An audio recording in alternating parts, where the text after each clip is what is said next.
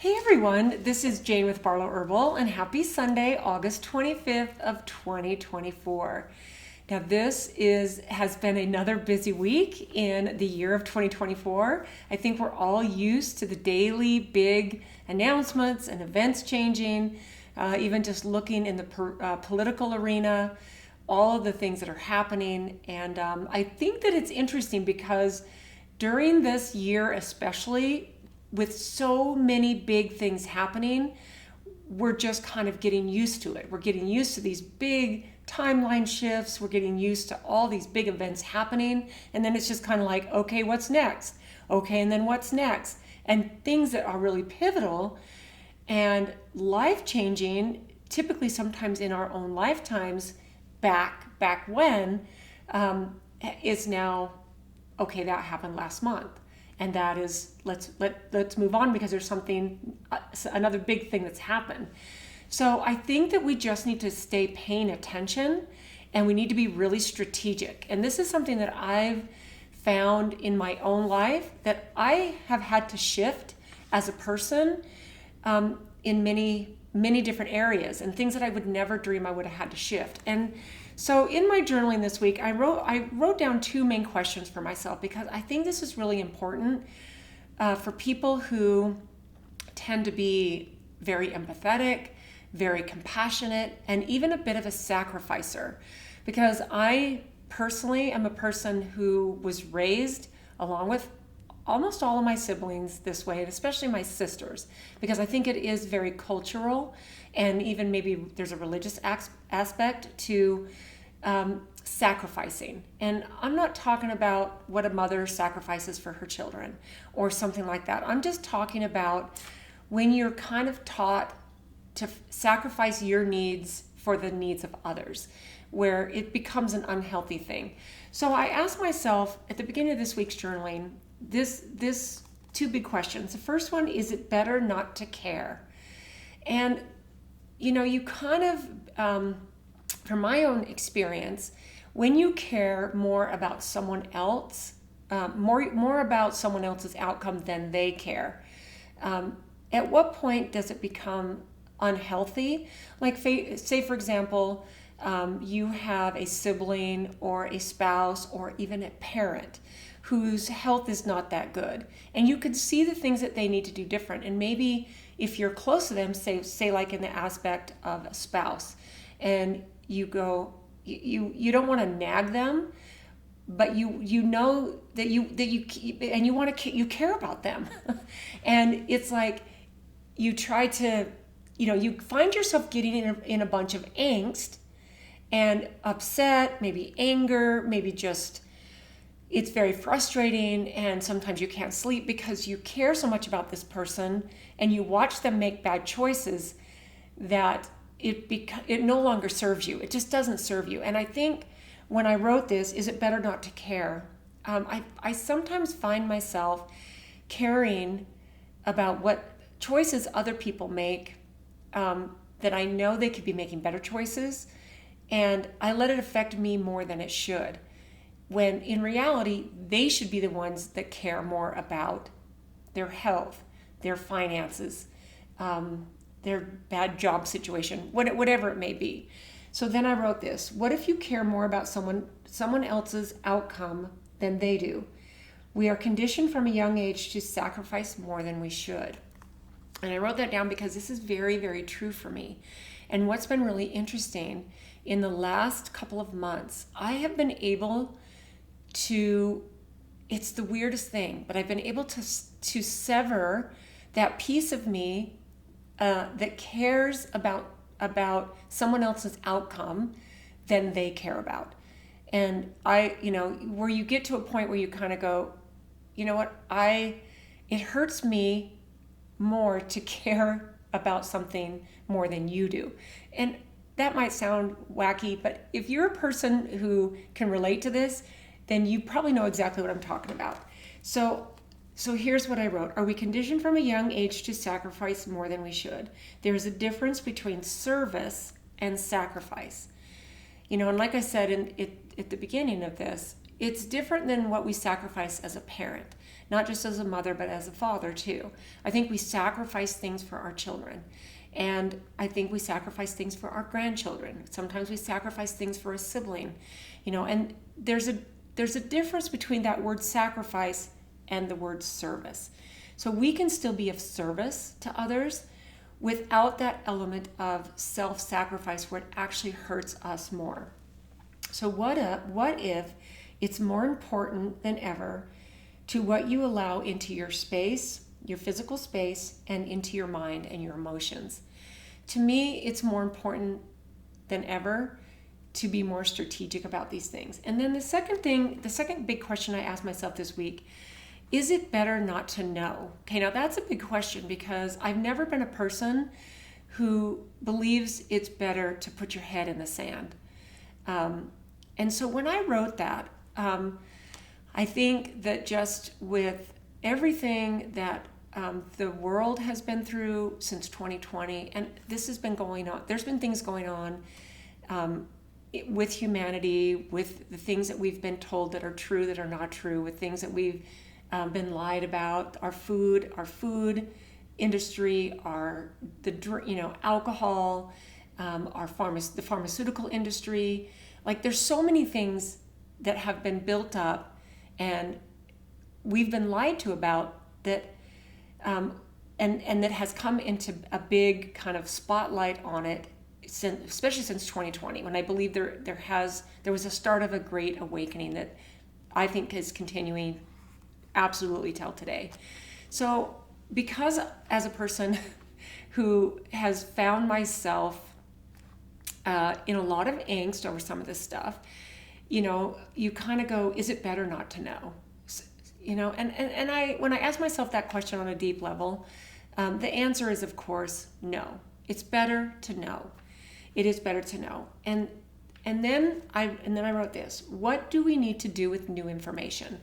When there is new information that maybe rocks your world, rocks your view, your worldview, maybe your religious view, maybe your cultural view, what is it that we need to do with new information? And I think this is where the key comes in. What we need to do is we need to be more of a stoic. We need to step back for a minute and we need to say, okay, that's interesting. And in the context of my life, the decisions I make, how does this new information affect me? So is it better not to know? No, it's better to know. It's better to know things. And then the key comes in, what do you do with this new information? Because right now, there's new information coming at us every single day. And I've had interesting conversations this week, when RFK Jr. Stepped out of the race and supported President Trump. I've had some really interesting conversations.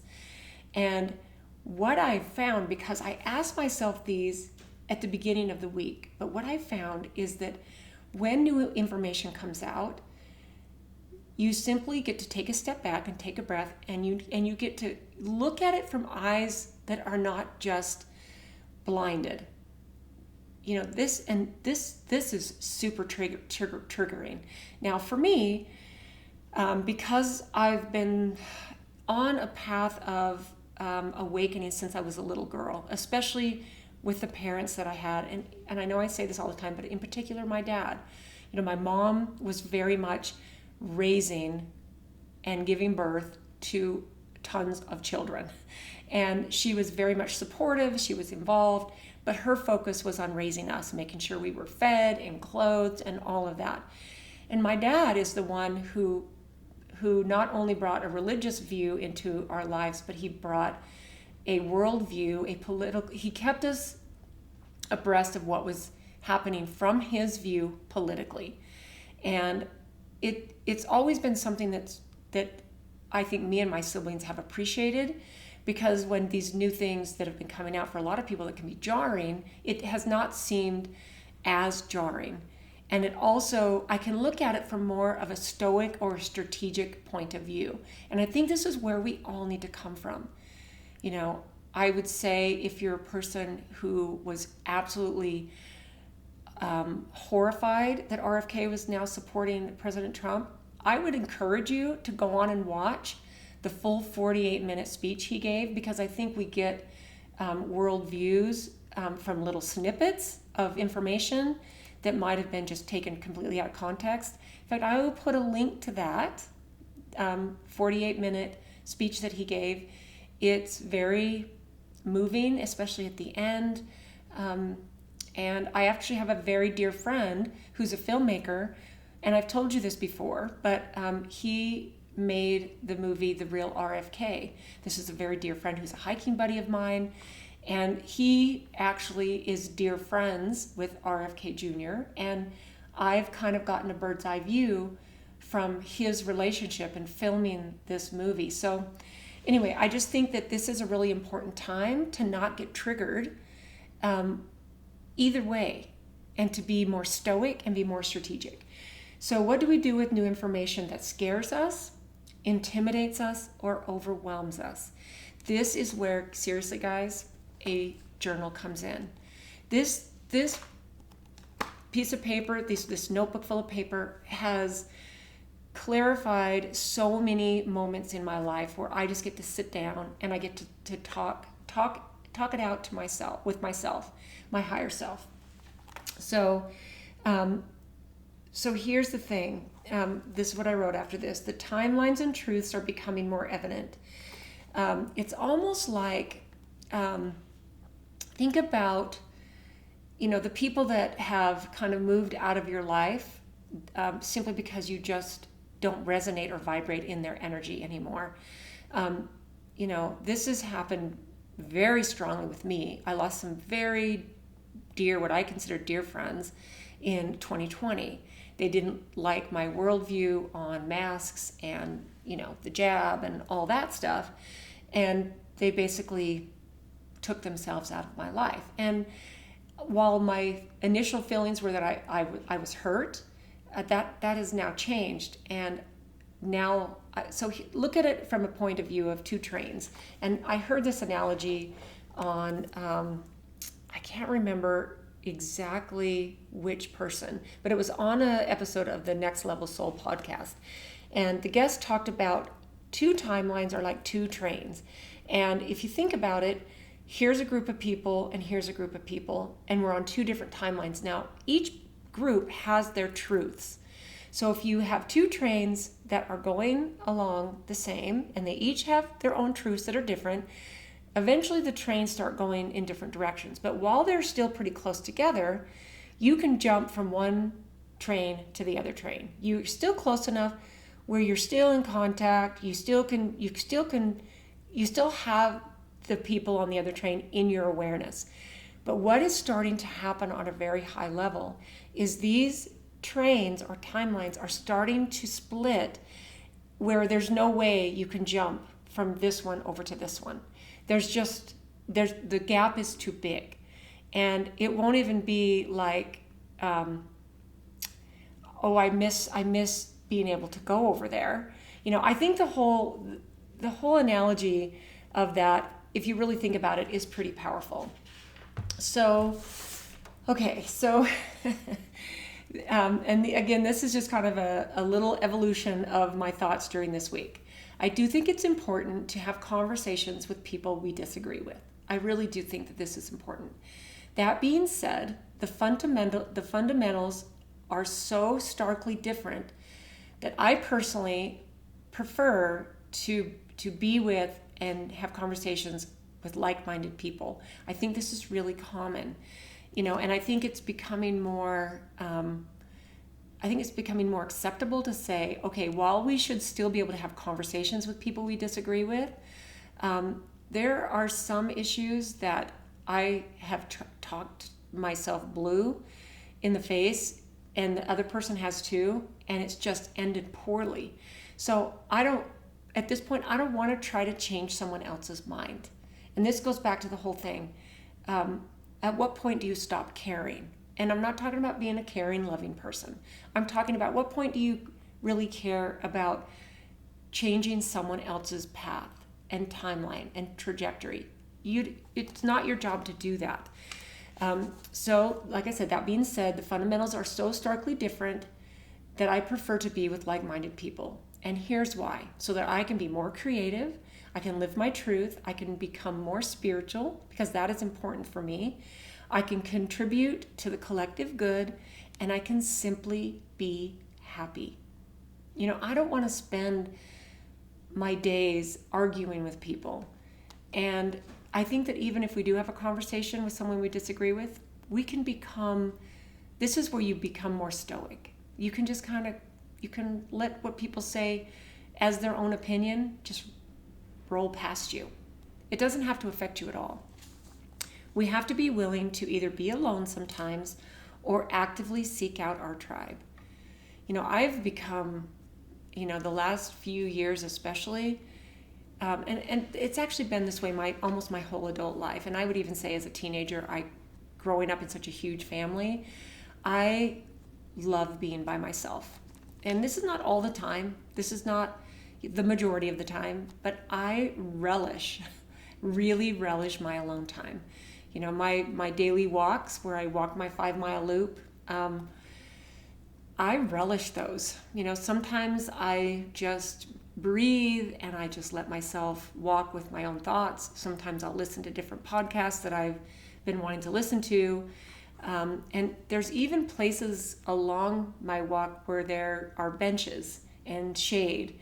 And, sometimes if I'm not in a rush to get back to my house and start my day or finish my day, I'll sit and I will reflect and I'll enjoy Mother Nature and I'll just enjoy being by myself. And I think this is a really important time to enjoy your own company. That's a real sign of just self-awareness and not needing someone to always entertain you, be approving of you, and all of that. I think you would be surprised at how quickly you would connect with other people. So I wrote that after you either need to be willing to be alone sometimes or actively seek out your tribe. So I think you'd be surprised. I'm a very extroverted person. I am not shy at all. I can talk to anybody, anywhere.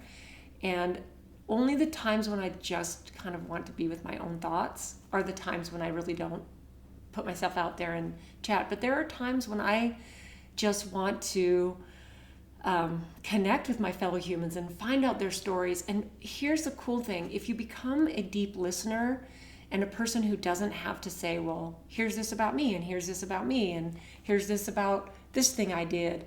If you become a person who doesn't need to one-up the person or share something about yourself, it becomes really beautiful when you can listen to what other people, their stories, their life history, the things that they care about, and you would be surprised at what people would share simply because they have someone who listens, looks at them while they're listening, and responds with questions or comments that actually show they're listening. This is a skill that I believe is actually even more important than having conversations with people you disagree with. I think it's such a beautiful skill to be able to really, truly listen. So listen deeply, listen with your eyes, listen with your gestures, nod, show them that you're actually listening, and ask questions because you would be surprised at the depth of the character and the life-rich history that other people have. There are so many beautiful stories that people have out there that it's a really beautiful thing. So I wrote down a couple of quotes, and here's the first one that basically I don't know who said this, and it actually came up as anonymous. But this is a beautiful quote. I don't want to be politically correct. I want to burn away the lies and the propaganda that separate us from truth and from each other. I thought that was so good. It's not about being politically correct, right? I want to burn away the lies and the propaganda that separate us from truth and from each other. Now, the other quote I heard is from something I just saw while I was doing a little bit of mindless scrolling on Instagram. A girl named Nika, and I don't know who she is. This quote just came up. It says this, and I really love this, and this is why I wrote this down. And I wrote this down just I think it was yesterday when I had my journal open, and I just kind of been writing some stuff down, and then I kind of got a little distracted and connected on Instagram. So she says this: celebrity culture is collapsing, and guru culture is collapsing. Political figures as leaders is collapsing. The world as we know it is shifting into an era where way showers are those who have mastered themselves, and the highest spiritual teacher is life itself. I really, really love that. And I think that's why I wrote this in my journal, because I always go back, and sometimes I'll read a few pages, and it's surprising how sometimes you'll open up a page on a journal that maybe you've been writing in, and just the right thing will come up at the exact perfect moment. So then I'm going to end with this. And I think this is really, really cool. You didn't come here to play it safe. You came here to go first, expand, risk, love, forgive, ignite, guide, accelerate, inspire, trust, reform, explore, liberate, and make a difference. This is why we're all here. We are here to do all of those things. We're not here to play safe and to play small. We don't want to get to the end of our life and say, I regret this and I regret that. I wish I would have done this. I wish I'd have done that. I think it gets a little easier to say those things when you get older. But I also think that the world is waking up, and there's so many beautiful young people who are in a full, awakened, aware state, and they're starting to realize these things as well on a really deep level. It does change your perspective when you get to be, the age I am and older. I think that you really look at, okay, if I'm lucky and I keep, I'm blessed by taking care of myself the way I do, I've got another full third of my life to live. And it's, I don't want to play it safe. I don't, I've had some hard lessons that I think we all do. I'm not alone in this. I know this for a fact. And I will say that I'm always fascinated when I put out a Sunday video and I get an email here and there from a person who I didn't even realize was watching, and I get these deep reflections, and it gives me a sense of real gratitude and connection. In fact, I know you watch every week, David, but I read every email you send, and I am so grateful that I get to connect in this way, and that for me this is just a comfortable way for me to come on and just talk to myself on a camera. So I thank you guys for being here every week. I'd love to know what you think about some of these things, especially maybe the political thing, which can be kind of triggering, but could you be stoic about it? Could you be strategic about the way you just walk through these really life-changing days? Because it's like it's not even a life-changing year. Every day is life-changing. I have several sisters who I connect with on these things, the political things especially. And, we text each other, we call each other. It's like, oh, can you believe this just happened today? Oh my gosh, listen to this. And did you hear about that? And it's fascinating because it's like you can let it affect you in a negative way, or you can let it affect you in a positive way. And you might think, I'm not going to survive because this political candidate dropped out. You might really think that. But flip that. What if you just simply didn't care? Now, I'm not talking about don't vote, don't care about the issues. I'm talking about, what if you took something like RFK Jr. dropping out, and if that just threw your world into an absolute tailspin, what if you looked at a different higher perspective? And what if you really researched a different path? Because personally, I think it took a lot of bravery and courage to do what he did. That's my personal opinion. And, I'll leave it right there. Okay, so I hope you guys have a really beautiful week ahead. This is the last week in August. Then we have 4 beautiful months left in 2024. And I think that at the end of this year, it's going to look very different. We just need to expect that. Every month is going to be different. Next month, both my boys have birthdays. My boys are 1 year apart. September and September. One is the first week and one's on the last day of September. So both my beautiful boys have birthdays. And I'm hoping that this whole thing that I've been going through with our Lomatium wraps up by the end of this year, hopefully sooner. It's been an interesting journey. And I'd love to know what you guys think about some of these things I brought up today. So I hope your week ahead is beautiful. Maybe get out and do something to celebrate the last week of August of 2024. Just celebrate the idea of being alive. Okay? So I hope you guys have a beautiful week ahead. Thank you so much for tuning in, and we'll see you next week.